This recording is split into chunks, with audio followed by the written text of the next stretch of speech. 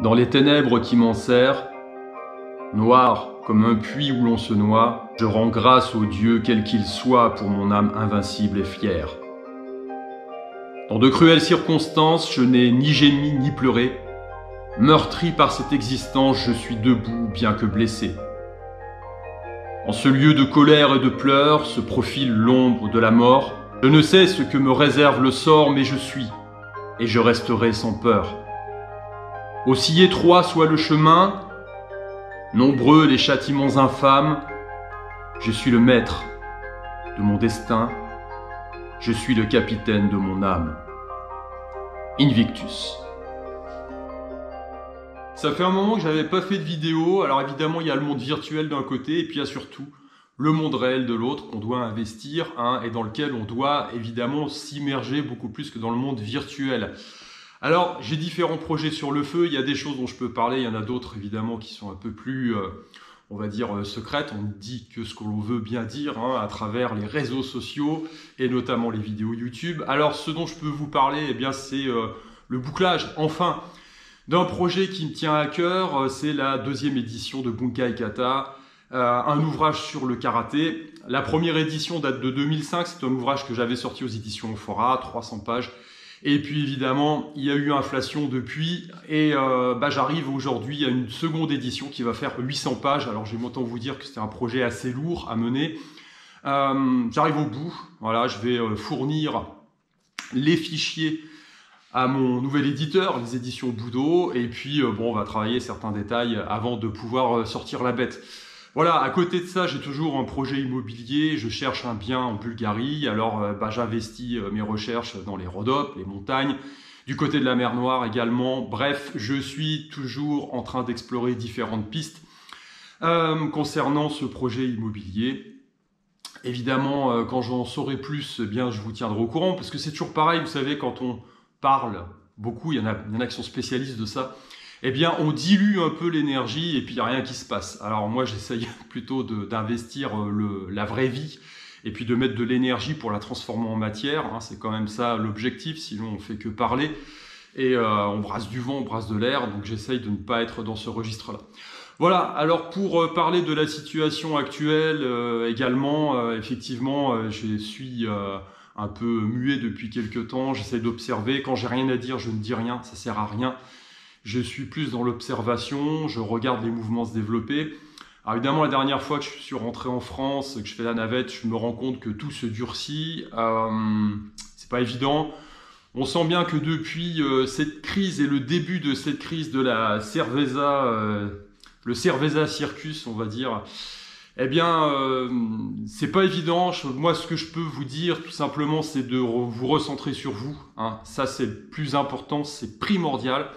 Parce qu'effectivement, bien le pouvoir mondial resserre ses griffes. Voilà. On a vu qu'à l'époque, c'est-à-dire il y a un an maintenant, même les gens qui étaient, on va dire, véhiculés en bateau, le bateau symbole ultime de la liberté, restait à quai tout simplement parce que tout le monde sait, tous les pouvoirs se sont organisés pour verrouiller leur peuple.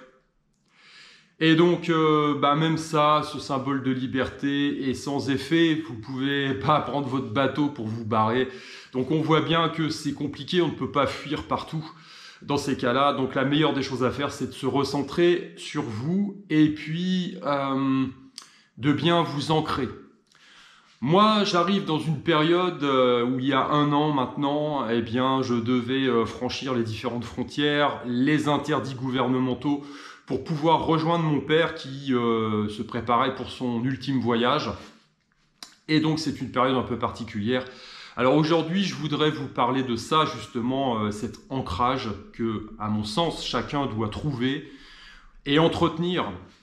Parce que ça me paraît fondamental, quel que soit le pays dans lequel vous êtes, quel que soit le régime sous lequel vous êtes assujetti, eh bien, vous devez vous concentrer sur certaines choses, et notamment votre rapport à l'existence, votre rapport à la mort et le sens que vous donnez à votre vie.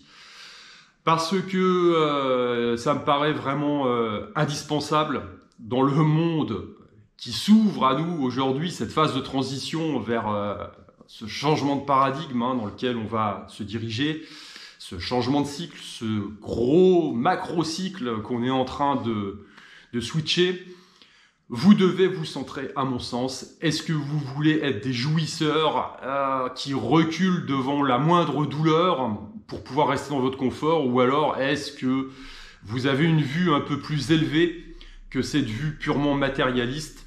Et puis, est-ce que vous voulez vivre?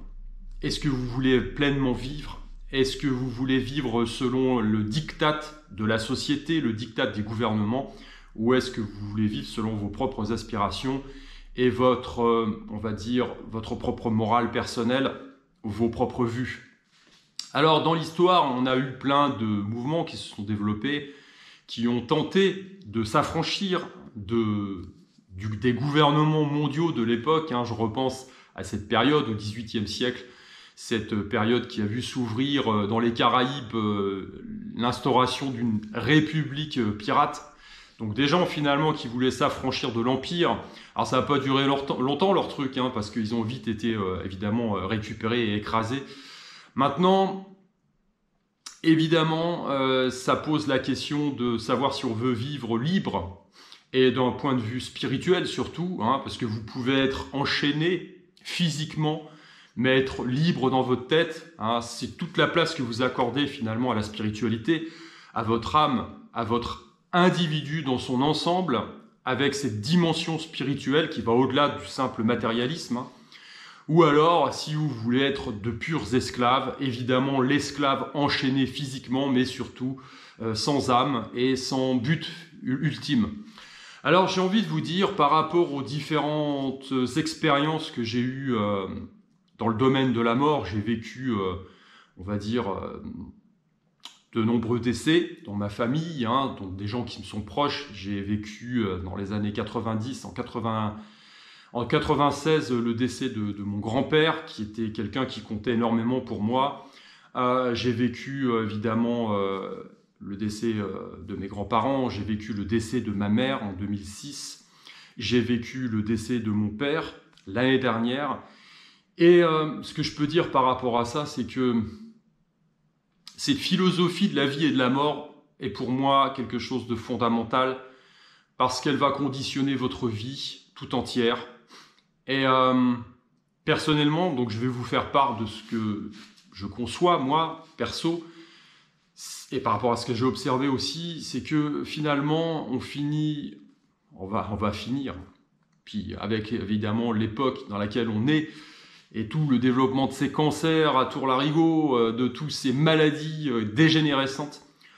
Dans le meilleur des cas, on peut finir dans un lit couvert de pisse, à souffrir.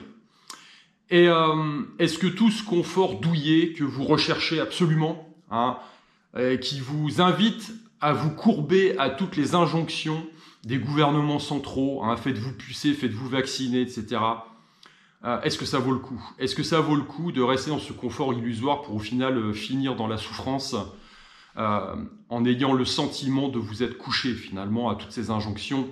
Est-ce qu'il vaut mieux pas développer, redévelopper cet esprit guerrier qui anime l'être humain et qui anime les hommes libres depuis le début? C'est-à-dire, si on reprend un peu la philosophie des Vikings, mourir sur un champ de bataille vaut bien mieux que de mourir, on va dire, couvert de pisse dans un lit, non, quelque part. Vous mourrez dans une fulgurance, en pleine santé, en pleine possession de vos moyens, avec, dans cette idée de combattre pour votre liberté et vos idéaux, eh bien, une certaine idée de la liberté et de l'individualité au service d'une spiritualité plus élevée que le simple fait d'être un esclave soumis. Alors, c'est une question que je pose. Chacun doit apporter sa propre réponse. Personnellement, avec l'expérience que j'ai des différents décès et de ces épreuves que j'ai traversées, je me dis que c'est plus ça que j'ai envie de cultiver, moi, perso. Alors évidemment, ça n'affranchit pas l'individu, ça ne vous affranchit pas de la peur quand vous êtes face à l'ultime moment. Mais quelque part, il vaut mieux mourir en pleine possession de ses moyens au service de votre propre idéal que de rester dans un confort douillet qui ne vous correspond pas, qui ne vous convient pas et qui, au final, eh bien, vous amènera à cet ultime moment aussi, puisque nous devons tous mourir un jour ou l'autre, eh bien, comme je le dis, dans la souffrance, diminuer avec ce sentiment de vous être soumis. Voilà. Est-ce que ça vaut mieux ça? Je pense que chacun doit se positionner dès à présent par rapport à ces questions, parce qu'elles sont vraiment fondamentales. J'ai eu des retours en France actuellement, dans une ville au sud de Paris, on va dire 10 000 habitants, avec la zone autour, allez, on va monter à 20 000 avec les petits villages, etc.